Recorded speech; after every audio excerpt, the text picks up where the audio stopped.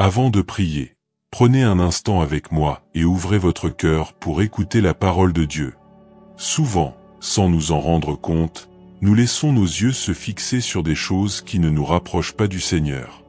Il est si facile d'être distrait par les douleurs que nous portons, par les échecs qui nous marquent, par les peurs qui essaient de voler notre paix, ou même par les plaisirs et les succès éphémères de ce monde.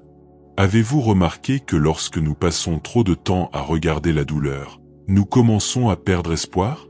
Et lorsque nous regardons trop les plaisirs, nous nous éloignons du vrai chemin? La vérité est que tout ce sur quoi nous fixons notre regard plus longtemps commence à façonner le cœur. C'est pourquoi aujourd'hui, je veux vous inviter à réfléchir. Où sont vos yeux? Sur quoi vous concentrez-vous? Sur les préoccupations qui semblent sans fin? Sur les erreurs que vous avez commises? Sur les comparaisons qui alourdissent souvent l'âme? Ou vos yeux se tournent-ils vers Jésus, celui qui est le seul capable de transformer votre vie de l'intérieur vers l'extérieur? La parole de Dieu nous rappelle dans Hébreux 12, verset 2, que nous devons fixer nos yeux sur Jésus, l'auteur et le parfait de notre foi. Cela signifie que c'est lui qui a commencé l'œuvre en nous, et c'est lui qui la terminera. Il a affronté la croix, supporté la honte, vaincu la mort et aujourd'hui il est assis à la droite du trône de Dieu. Rien n'est arrivé par hasard, tout a été par amour. Et s'il a tout supporté pour que vous ayez la vie, il n'est pas logique de vivre en fixant seulement ce qui est éphémère. Il faut fixer le regard sur celui qui est éternel. Tout dans ce monde passera, les douleurs, les peurs, les tentations et même les victoires. Mais le Christ demeure pour toujours. Il est le seul digne d'être le centre de votre attention, de votre adoration, de votre cœur. Lorsque vous fixez vos yeux sur Jésus, la vie trouve sa direction. Mais lorsque votre regard se perd, la confusion s'installe, l'anxiété grandit, l'âme devient agitée. C'est pourquoi, plus que de le regarder de temps en temps, il est nécessaire d'aligner toute la vie dans la direction du Christ. C'est un appel à cultiver la faim de Dieu, à rechercher sa présence comme si rien d'autre n'avait d'importance, car, en fin de compte, rien n'est plus important que d'être proche de Jésus. Jésus nous rappelle dans Matthieu 16, verset 24, « Si quelqu'un veut venir après moi, qu'il renonce à lui-même, qu'il prenne sa croix et qu'il me suive. » Ce sont des paroles qui ne plaisent pas à tous, mais qui apportent la vérité qui libère. Suivre Jésus exige le renoncement. Il faut renoncer à sa propre volonté pour que la volonté de Dieu prévale. Porter la croix ne signifie pas seulement affronter des difficultés, mais accepter de vivre un chemin de don, de sacrifice, de persévérance. La croix n'a jamais été un symbole de confort, mais c'est à travers elle que la vie éternelle est devenue réalité. Elle représente la douleur, mais elle représente aussi la victoire. Elle représente la mort, mais elle représente aussi le salut. Elle représente le renoncement, mais révèle aussi la plénitude de l'amour de Dieu. Et voici la question qu'on ne peut ignorer. Êtes-vous prêt à porter votre croix par amour pour le Christ? Êtes-vous prêt à renoncer aux plaisirs éphémères pour embrasser des trésors éternels? Êtes-vous prêt à laisser votre ego diminuer pour que l'Esprit du Christ vive pleinement en vous? Suivre Jésus a un coût, mais l'ignorer coûte beaucoup plus. Le monde nous séduit avec des réussites, des apparences et des illusions de puissance, mais tout cela a une date d'expiration. La parole dans 1 Timothée 4, verset 8, dit que l'exercice physique a une certaine valeur, mais que la piété, c'est-à-dire la vie en dévotion à Dieu, est utile à tout, car elle apporte des promesses non seulement pour cette vie, mais aussi pour celle à venir. Cela nous rappelle que ce que nous construisons en Dieu ne se perd pas. À chaque prière, chaque renoncement, chaque choix d'obéir, nous construisons quelque chose d'éternel. C'est pourquoi, si aujourd'hui votre cœur est fatigué, si votre foi semble affaiblie, si vous vous sentez perdu dans les distractions de ce monde, tournez vos yeux vers Jésus. C'est lui qui a commencé la bonne œuvre en vous, et c'est lui qui la complétera. Il ne s'agit pas d'être parfait, mais d'être constant. Il ne s'agit pas de ne jamais tomber, mais de toujours se relever avec les yeux fixés sur celui qui ne faillit jamais. Je veux vous inviter maintenant à un exercice de don. Fermez les yeux un instant et pensez à ce qui distrait le plus votre esprit. Mettez cela devant le Seigneur. Déclarez à voix basse ou en pensée, « Jésus, je choisis de fixer mes yeux sur toi. Je ne veux pas vivre en regardant ce qui m'éloigne de ta présence. Aujourd'hui, je remets ma vie dans ta direction. » Faites cette prière avec sincérité. Le Saint-Esprit vous aidera à rester ferme et à aligner vos pas sur ceux du Christ. Et si ce message a touché votre cœur, je vous demande une chose, abonnez-vous à cette chaîne, aimez cette vidéo, laissez dans les commentaires ce que Dieu vous a dit et partagez avec quelqu'un qui a besoin d'être rappelé qu'en Jésus seulement, nous trouvons la vraie vie. Ensemble, nous apporterons espoir et prière à beaucoup d'autres. Suivre Jésus est un chemin de don quotidien. Il ne suffit pas de reconnaître qu'il est le Seigneur, il faut vivre selon cette vérité. Chaque matin, nous sommes invités à nous renier et à marcher en portant notre croix.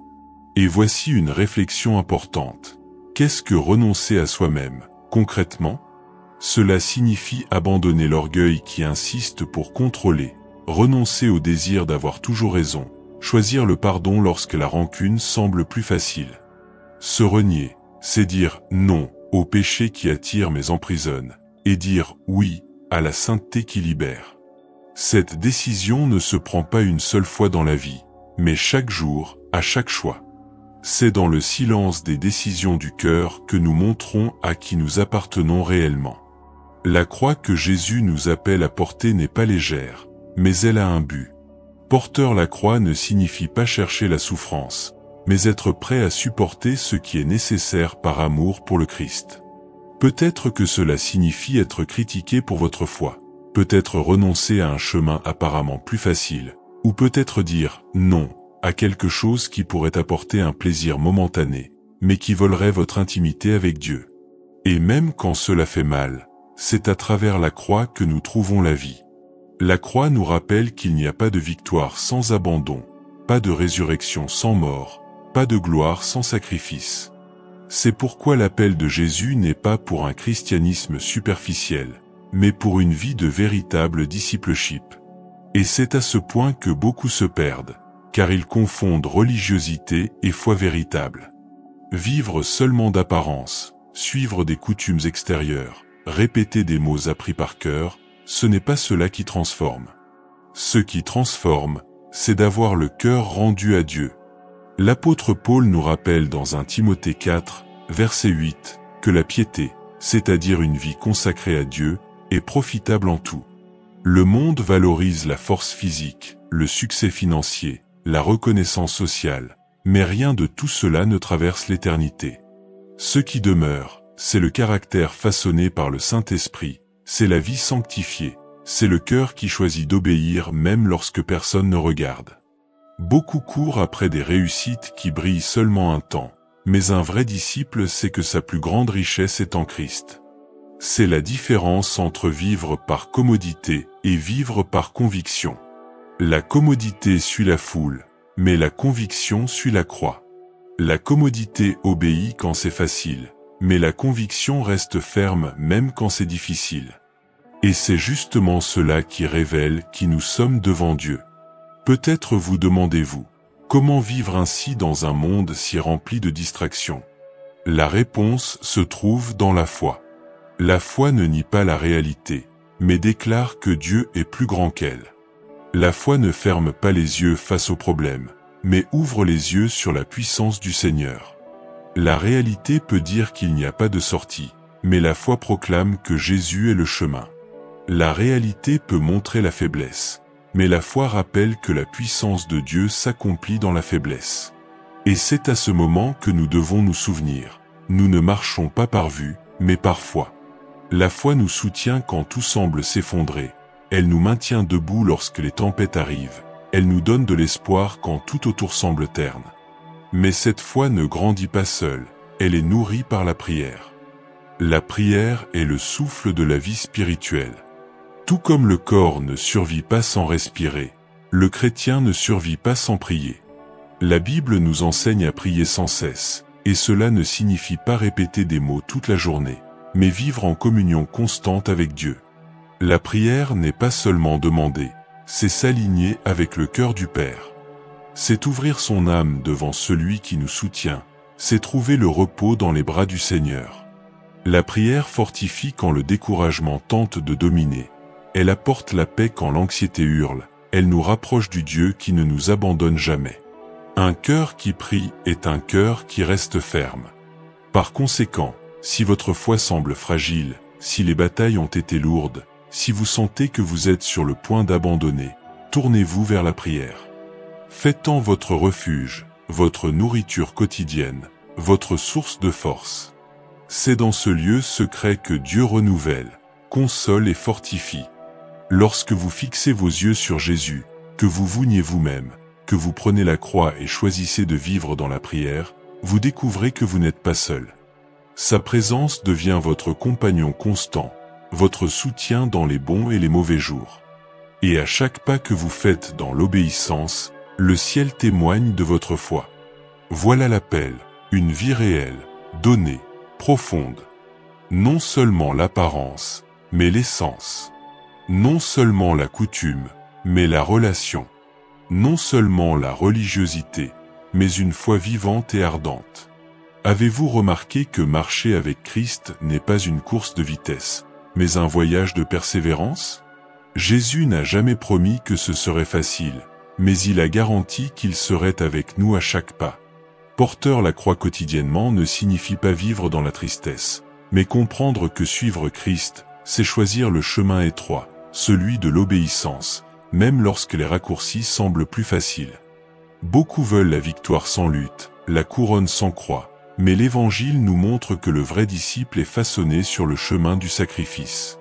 Peut-être que votre croix aujourd'hui est une maladie, un conflit familial ou une lutte intérieure. Et l'ennemi tente de murmurer que vous n'allez pas tenir. Mais souvenez-vous de Jésus au jardin de Gethsémani, lorsqu'il a dit « Si possible, que cette coupe passe loin de moi, cependant, que ta volonté soit faite. » Il n'a pas reculé. Il a persévéré jusqu'au bout parce qu'il savait qu'après la croix viendrait la victoire. De la même manière, votre persévérance en Christ ouvrira des chemins que vous n'imaginez même pas encore. Ce qui est un poids aujourd'hui peut devenir un témoignage demain. La croix que vous portez, lorsqu'elle est soutenue par la foi, devient une lumière pour les autres. Jésus a dit, « Si quelqu'un veut venir après moi, qu'il se renie lui-même, qu'il prenne sa croix et me suive. » Il n'a pas seulement appelé à croire, mais à vivre une foi qui fait confiance et qui reste ferme. Et quand le doute surgit, rappelez-vous, ce n'est pas par votre force, mais par sa grâce. C'est le Seigneur qui renouvelle votre espérance et fortifie votre cœur. Un jour, toute larme sera essuyée, et la couronne de la vie sera remise à ceux qui sont restés fidèles. Alors, ne vous découragez pas. Fixez vos yeux sur Jésus. Quand le poids semble insupportable, rappelez-vous qu'il a déjà porté la croix pour vous. Votre victoire ne dépend pas des circonstances, mais de celui qui marche à vos côtés. Un jour, tout aura un sens, et jusque-là, avancez avec foi et courage, car Dieu soutient vos pas. Et si ce message a touché votre cœur, partagez-le avec quelqu'un qui a besoin de l'entendre. Abonnez-vous à notre chaîne, aimez, commentez et partagez la parole, afin que davantage de vies soient fortifiées dans la présence de Dieu. Amen.